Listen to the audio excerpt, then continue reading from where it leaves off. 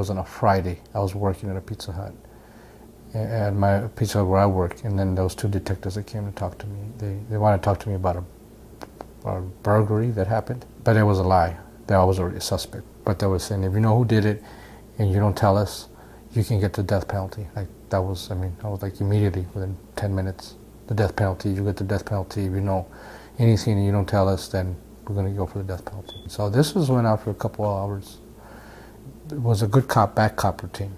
The bad cop came in and grabbed my arm and tapped the vein on my, he said, this is where the needle's going to go if you don't cooperate and tell us. Like, this is, and I'm going to make sure I'm there to watch.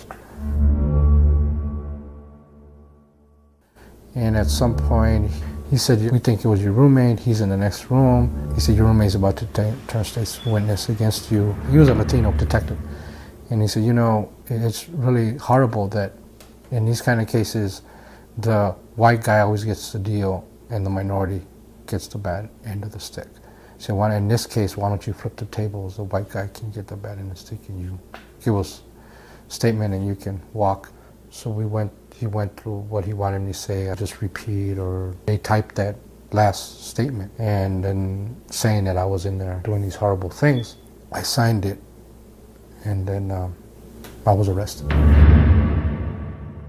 Problem, this attorney that they appointed me, he was just out of law school. He hadn't been practicing 5 years. And for you to take a death penalty case, I wouldn't take it. I'm a practicing lawyer, I wouldn't. So I got upset and I went to try to fire my attorney. I told the judge, I want to fire my attorney. They didn't fire him. So at that point, I'm in there 6 months and my mom is starting to call me.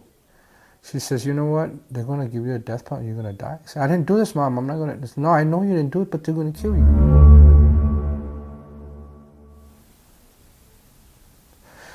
I remember the tears that started forming in my eyes. I didn't want the other prisoners, inmates, to see me because that's a sign of weakness. So when I heard that, I hung up. And I went to my cell and that's when I made the hardest decision in my life that nobody really understands it, even to this day, nobody.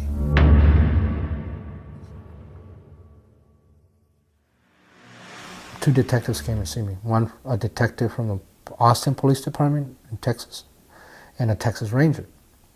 They came to talk to me, interview me, not about another crime, but about the same crime. That's when I wrote the Wisconsin Innocence Project. I wrote them a letter, explaining everything from the beginning of the interview, how it went down. And I said, I think there's DNA evidence. So they took it. I got the call from the attorneys. They said, you know, the DNA tested said you're not the donor and neither is your roommate. But it includes a guy named Marino. He said, Marino. He says it casually, like I know what's going on. Like, I'm like, what the hell? Who's Marino? What are you talking about? Wait a minute, you don't know? I said, no, I have no clue what you're talking about. Then he tells me apparently Marino, his name was Akeem Marino. He is the guy that actually did the crime.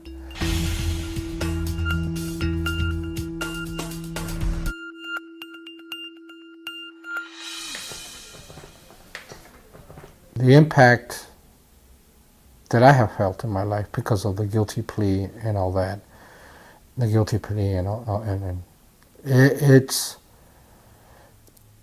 done a lot of damage to me as far as, you know, relationship-wise. I think that's the biggest thing.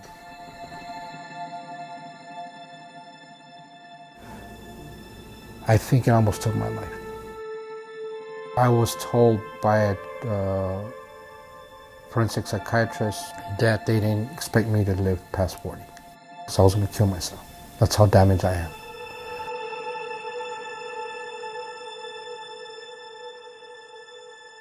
But I've surpassed that.